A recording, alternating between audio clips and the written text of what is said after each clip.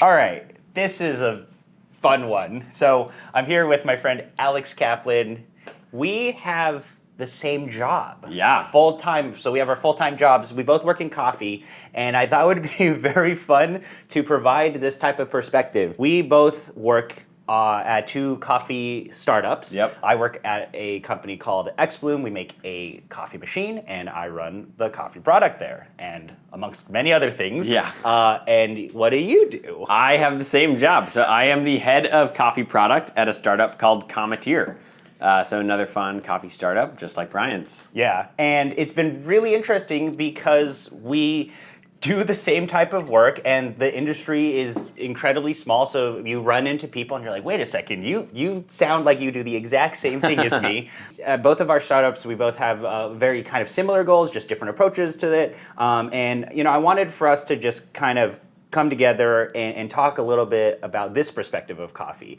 Because I think a lot of people think about roles and jobs in coffee being very retail focused, like work as a barista, work as a roaster, open up a coffee shop. But in this industry, there are actually a lot of other roles that do work with coffee, but aren't quote unquote coffee roles, or you're not touching coffee every single day. And you'll kind of find out as we start talking product, like yes, we do product, but we do a million other things. Yeah. And sometimes we spend more time doing those things than our actual quote unquote job. Yeah, without further ado, let's kind of hear about your background. Like how did you end up here?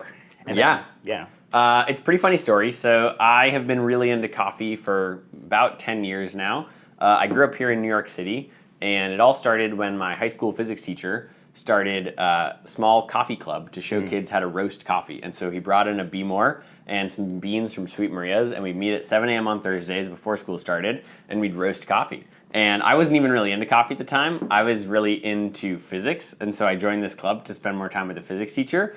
But as we started roasting coffee, I discovered how fun it was, how great coffee smelled when it was freshly roasted. And then I would take all that freshly roasted coffee and serve it to all the teachers in the school. Yeah. And people love it when you serve them really good coffee.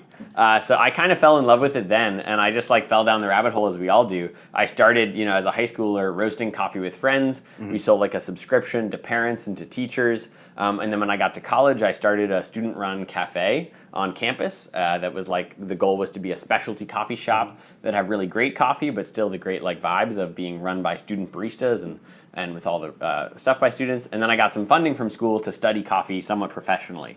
So in the summer after my junior year, I got funding to study for and take the Q, and then live on a coffee farm in Quindío, Colombia, with a project called Raw Material. The farm is called El Phoenix. Yeah. And so I got my Q grader, and then I worked in production on the farm for about 6 weeks in Quindío as well, running a lot of really cool fermentation experiments. So that was kind of my background. And then I got introduced to Cometeer initially while I was still in school through an investor who kind of knew me as this coffee guy on campus because I was doing all this coffee stuff. I ran the coffee shop. I was always doing tastings and everything. And so I tasted some early versions of Cometeer right after it debuted at the SCA Expo. And like many people in coffee at that time, I was super impressed. And I thought it was really amazing that these K-Cup pods had any of the elements of specialty coffee. So I got to meet the team, and it's been super fun ever since. Yeah, so I joined Cometeer in 2020 while I was still in school, graduated kind of during COVID, and then have been working there ever since as our head of coffee and product. Yeah, so that's an absolutely amazing story. I mean, you're a coffee guy, right? Yeah. My background is I haven't been in coffee for 10 years, but I come from this home enthusiast space where I really started to get into coffee because of COVID. In college, I was gonna graduate in 2020. I got it a little bit early in 2019, but I was supposed to be in financial industry. COVID happened, killed my entire job prospects. You get your job offer rescinded, and it's glorious. And a lot of things happened. And I ended up in coffee. I mean, prior to that, I bought a Gajah Classic and a Baratza set to 270 in a late-ish 2019. And my kind of thing was all I have to do is spend $1,000 and I can save and make my lattes at home. It kind of rabbit holed. I was on unemployment for a while, but I kind of hustled and started an e-commerce shop, and I translated that into a job at Fellow Products. So I was at Fellow Products running their e-commerce and doing a bunch of different work. I think my official title was e-commerce coordinator, helped kind of kickstart their video program, been doing the YouTube stuff, and the YouTube stuff has helped me get into places. But actually doing this YouTube stuff was what led XBloom to kind of look at and say, hey, wait, this guy actually kind of knows what he's talking about. And they reached out to me and they wanted to build a US team, and they wanted somebody who was very familiar with coffee, or at least very familiar with consumer coffee, right? How do people buy stuff? How do we sell things and whatnot? How do we sell our coffee machine? And they ended up, I ended up working for them. So I've been full-time there for about 1.5 years now.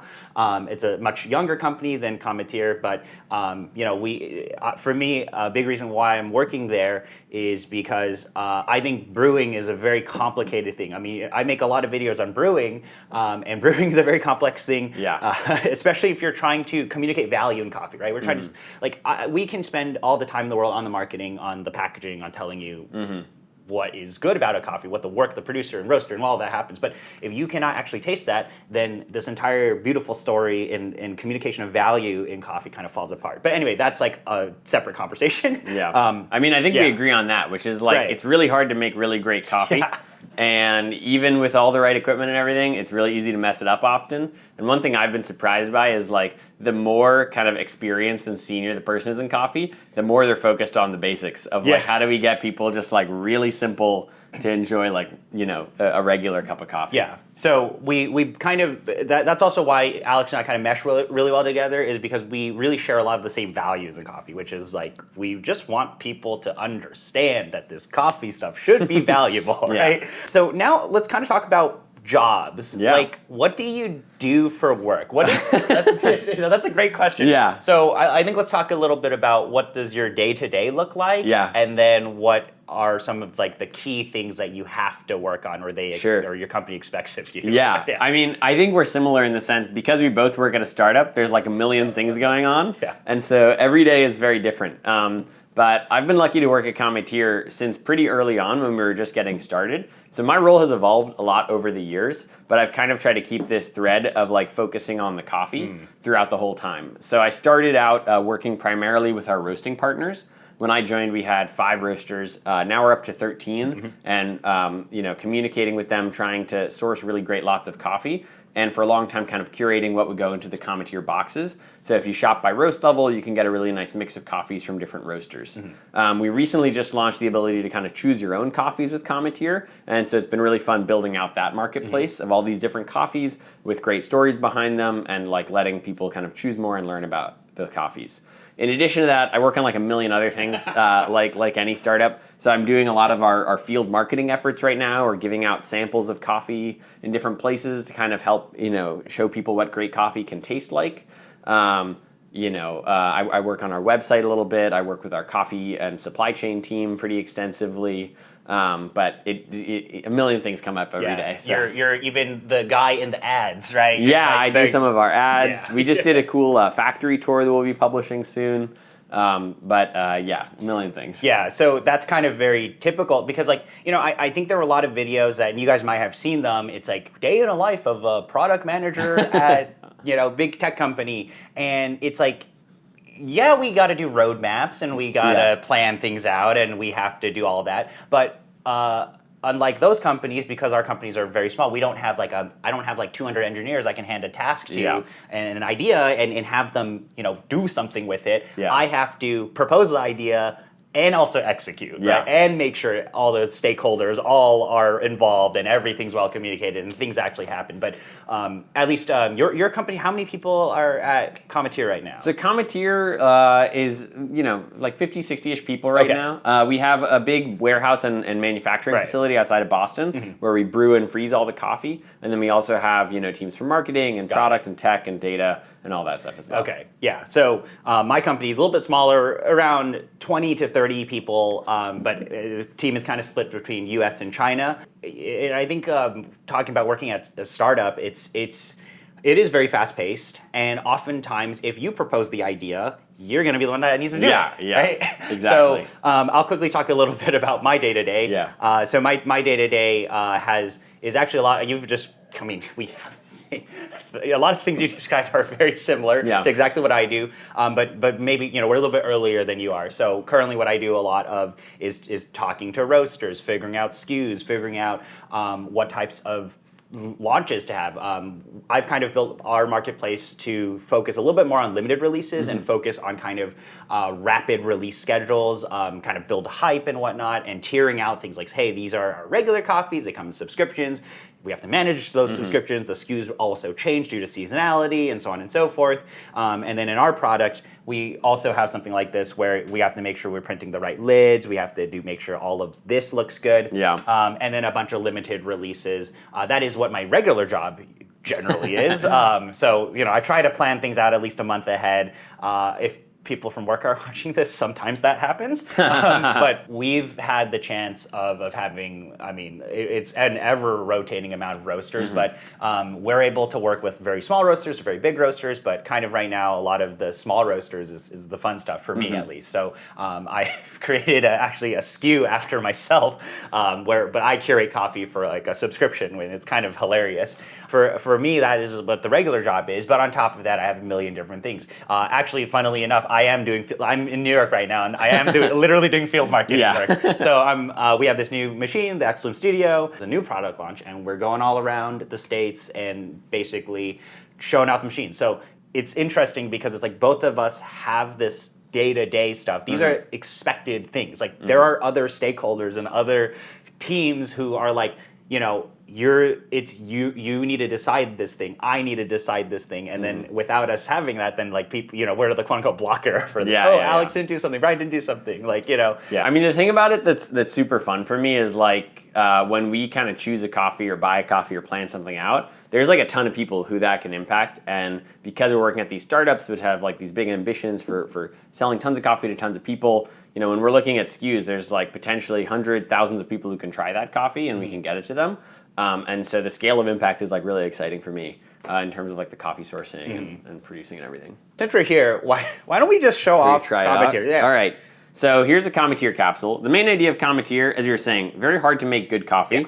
So we try to do that for you.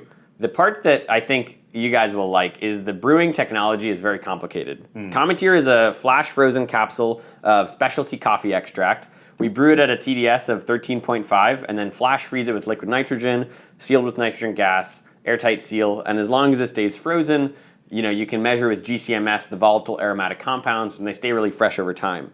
But the crazy part is like, how do you brew coffee at a 13.5 TDS with a really great extraction yield and like extraction profile? And so like imagine you were in a room and you had unlimited basically like resources, ideas, and like engineering prowess to figure out how to brew these huge scales of coffee. And so we have like, these giant water chemistry systems. James Hoffman has a video. Yeah, you can just watch that video if you want to like, see, but on a roller mill. But you're in that video too. And like, we have a laser particle analyzer and then we have our custom extractors. And what comes out is this super rich coffee extract. Yeah. It's never concentrated or freeze-dried, just brewed strong and then flash frozen. So here is a frozen Cometeer capsule. Yeah, and I also do want to mention, like, this here, you guys are seeing this here, but there's actually a lot of work that goes into I need to mention this, right? Yeah. So, like, things like this. So, did you have to work on packaging? I had to work on my packaging. Big time. Yeah. Oh, yeah. Yeah. Well, packaging is always a challenge because it's like, what do you put on the box that will be like interesting but not super confusing and useful and yeah, and then also it's like, okay, so this is a sleeve. Oh, this is printed. Yeah, we got matte print sleeve. Okay. It's also has to be waterproof for shipping and and automatable for folding and sealing and everything. So yeah, so that's like the thing is, you look at this. So what we do at my company is we print. I see this here too. Is like you got the generic lid, right? For the roaster. You need to like do you can't do the lids for every coffee. You can't do custom lids for everything, but you can do the customization here on the outer sleeve. Yep. And I think you guys do also print on the side now. Yep. So each capsule on the side will say the coffee, the roast level, and the best by date, which is 3 years after the brewing date. Yeah, but it's like, it's always fun when you like work on the same things and it just comes in different forms. We're looking at like, oh, you had to do X, Y, and Z thing too. And so it's exactly like that when we talk about like, the core product, right? Yeah. Because that is still what we're supposed to be doing at our companies. So we got a decaf because it's nighttime. Yeah. Here's Black Cat Espresso from Intelli. This one's a little melted because we left it sitting out. But you got the puck there. Got our frozen puck, and we'll just do, about 8 ounces of hot water. Because it's already brewed, you're not changing any of the compounds in there. You're just changing the strength. So you can do, higher TDS, lower TDS. I actually really like doing like kind of intermediate TDS, like 4 or 5. that are like kind of like espresso, but a little bit stronger. Yeah, and the fun thing with this is you can put it in milk too. So I know I got a lot of friends actually who I have told them, just get this. It's easy because there's a lot of people want to make lattes at home, and honestly, lattes are a big investment if you really think about it. Well, even espresso, right? Yeah. So like for espresso, I don't make espresso at home because it's like really hard. Yeah. But you can leave the capsules in your fridge. They stay fresh in the fridge for a week, and then I like to shake it so you get like a fake crema. And then look at that. You kind of just pour that out. And so that's a 13.5 TDS, which is a little strong. So I'll usually add like 1 capsule's worth of hot water.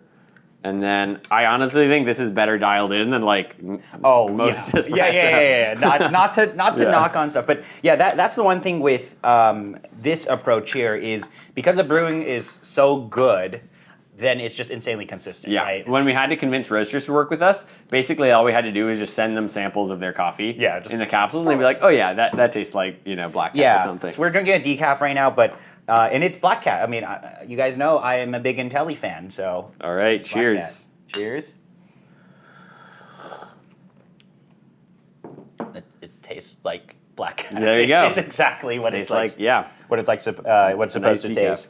And these are also fully recyclable. So X-Bloom pods are very compostable, which is really cool. These are made of aluminum, so they recycle really well. No coffee grounds or anything. Yeah, but so we're sipping on this, but like I think we both have the we're gonna do a demo of our product down to a T. But it's, stuff that I've been working on now is I got that day-to-day stuff, and I've been making a lot of instructional videos. Like we just launched this machine, and we just got people.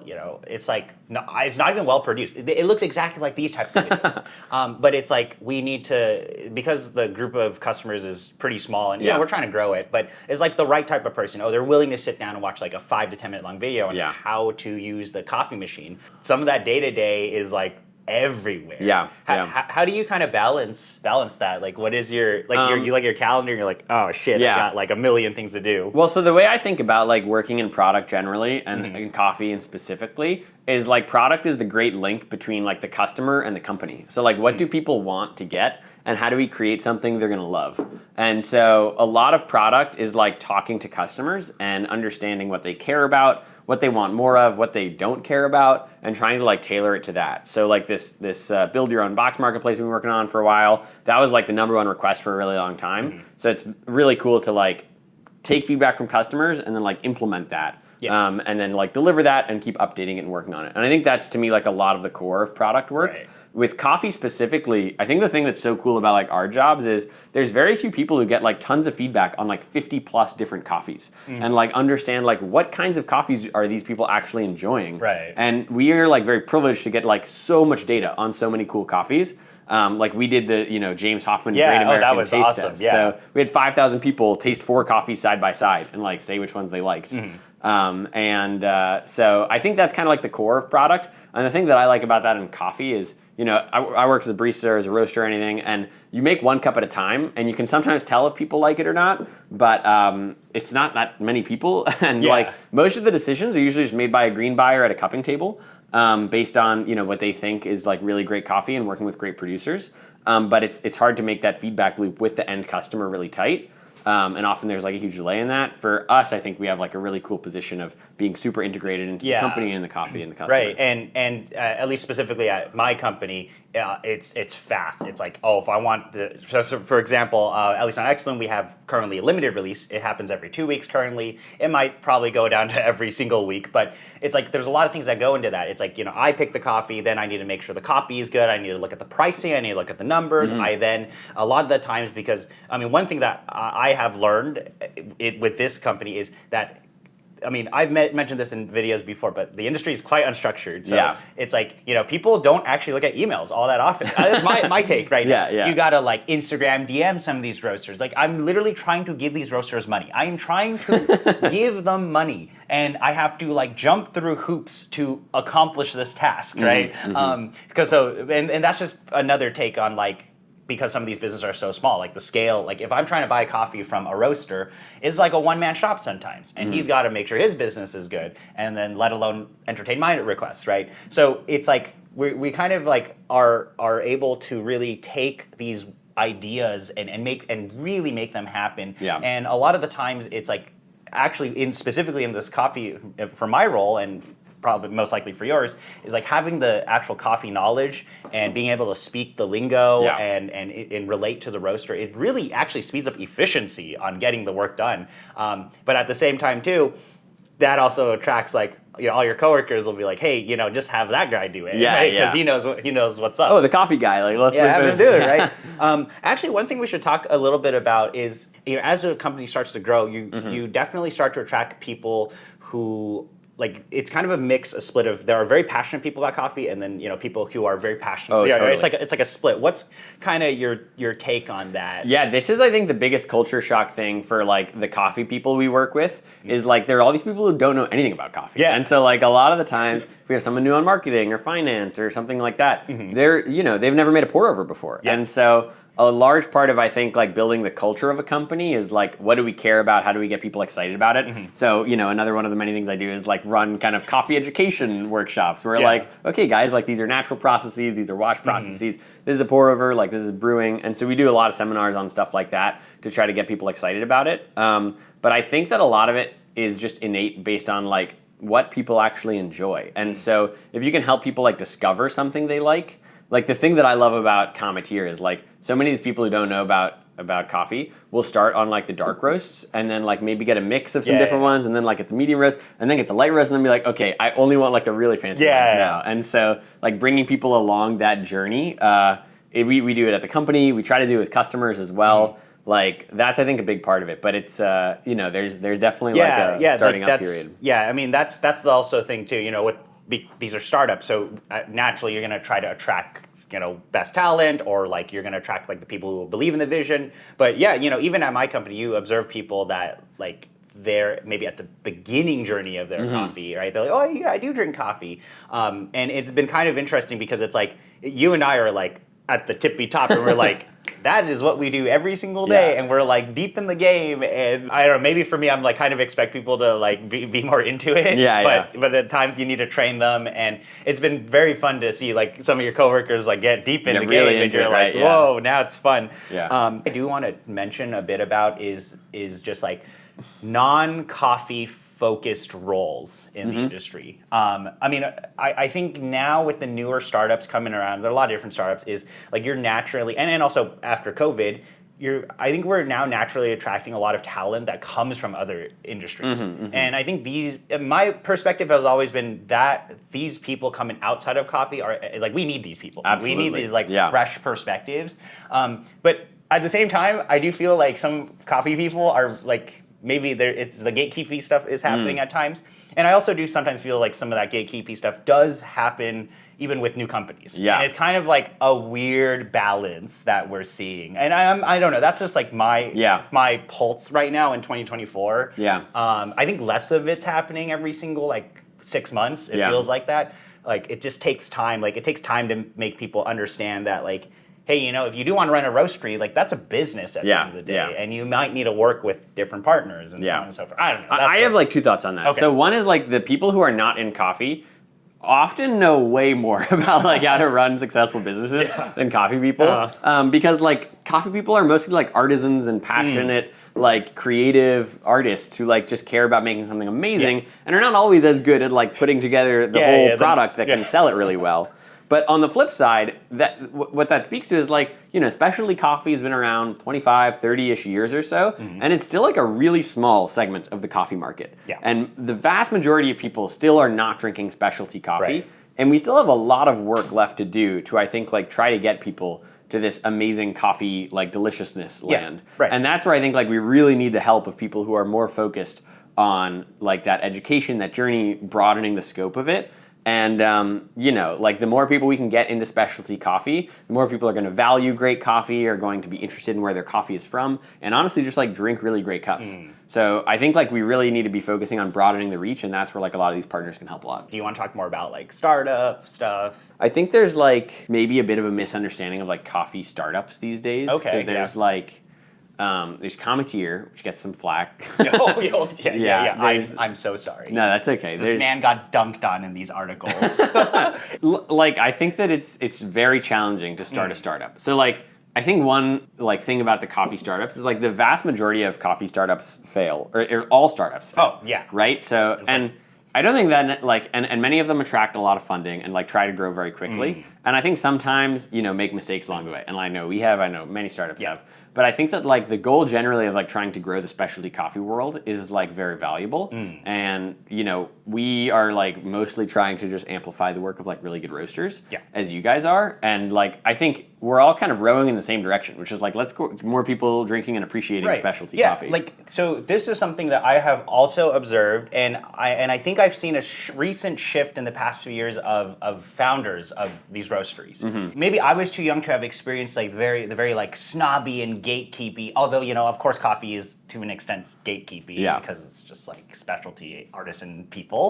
I feel I have experienced a little bit less of that now, where I think people have this bigger perspective now. It's like, wait a second, we're all in the same boat. We're all in specialty coffee, and if one company does well, like it's like the rising tide lifts all, whatever that quote is. It's like that. And I think I'm now starting to see a little bit of a shift from some of these heads of coffee, some of these founders, and that's why they're working with other companies like our companies to help grow their business, and it's been interesting to kind of see that shift a little. But I totally it's hard to do this. The person who I think I've learned the most probably from anyone in coffee from George Howell.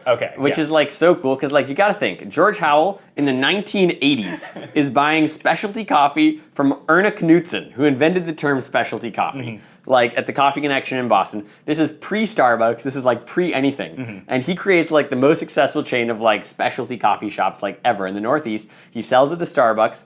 And then during a 10-year non-compete with Starbucks, founds the Cup of Excellence and like creates this whole idea of like estate-grown coffee. He starts George Howell Coffees in 2004, and basically his entire time has just been focused on like innovation in coffee. He like basically helped co-found the VST refractometer, Snap Chilled, and he was like really early helping us out with Cometeer. And his whole like shtick, his entire life has just been like, how do we get more people to appreciate coffee? Let's try to leverage technology and like great customer experiences to do it. And this is someone who knows more about coffee than I may ever will, like in my entire life. So has more direct trade relationships than like anyone. Has some of the best coffee still to this day with like the Mamuto. And I really appreciate his perspective on this. And I think that some of the nuance sometimes gets lost. What do you think the next few years of specialty look like right now? I mean, it's such an exciting time in specialty. Yeah. So like, here's my big hope in specialty is that like, I think people will start to care about what coffee actually tastes like. This has, I think, been the missing piece for a long time. It's like there's been a lot of stuff around like really nice latte art or fancy cafes. Like if you think about specialty coffee from 2005 to 2015, I think a lot of it was just like going to a fancy coffee shop and ordering a $6 pour over that was like almost always brewed terribly. But like what I've seen personally is this growing trend of people who actually like taste coffee and care about what it tastes like. So like Luca Coffee Notes on Instagram. One of my favorite accounts because like this is someone who is like, okay, the sophisticated consumers are here and we are going to demand that like coffee actually tastes good. And like roast defects and aged beans and like production flaws like shouldn't be acceptable for products that consider themselves premium and price themselves as such. I think that's a big one. The one that I'm hoping that I'm trying to work on is people accepting, and I think this is kind of a thing that also goes with the taste, is also the price. I kind of want both of these to go up at the same time because, you guys, if you're an enthusiast, you understand that some coffee is to an extent valuable, right? Like you need to, as you pay more money, even as an end consumer, you get better coffees, and hopefully they're roasted well, hopefully they're brewed well, hopefully things go all right everywhere. But I think I'm now starting to see a trend where consumers are starting to understand, like, hey, I think coffee. It's like I don't accept the 10-cent cup of coffee anymore. I accept like the $2 to $5, and then hopefully it goes up. I mean, the thing that I've always thought that was interesting with Cometeer, and honestly like very admirable, is you guys have made people go from 10 cents Folgers to $2 a cup. That's a huge increase. Right? That's like crazy. So I think like the taste and price hand in hand go together because it's still all tied to taste. At the end of the day, it's like everything is still tied to. People need to understand that it should taste better. Yeah. And I don't know. I just hope people enjoy that. Right? We like to say the proof is in the cup. Yeah. And so as more people develop that awareness, as we increase education, I think we have to deliver the value that will command the price. Right. So there have been people charging $50 a cup for a while, but I think that now the value is really starting to be there to earn those higher prices from customers. And in our roles as product managers, we can price stuff whatever we want, but a lot of times we won't sell. And if you sell something really expensive that's not very good, you lose a lot of trust for the consumer. Mm-hmm. And so I think the really important thing is what is valuable in coffee? How do we communicate to that to customers, and how do we deliver them more stuff like that they're going to enjoy over time? Yeah, but yeah, I mean we've been talking a bit about a lot of stuff. I mean that's the thing is it's we wanted to talk about what is it like to do product at a coffee startup or in the coffee industry, right? Mm-hmm. But as you find out, and this is kind of, if you do want to work in the industry, you find out, a lot of us are just innately passionate about it. You see, we're talking about a lot of stuff. So, I hope that was really interesting for you all. But, you also get a glimpse into what do people do on this side of the industry. Yeah. And it's just very funny that we both have the same roles. Yeah. And I'm just always very happy to be able to feature this type of stuff because it's it's just different, and this is the perspective that the world I live in, and I want to show that off. And if you guys have any questions, let us know. But otherwise, here's a glimpse into what we do. We end up doing everything. Yeah. But I want to thank Alex here for being on camera and talking to us about what he does and his background and all of that. I think it's just a very nice perspective to have. Hope you guys enjoyed that. And I want to thank Alex for being part of this. Thank Brian. Thank awesome. You. Yeah. All right. See you guys. Bye.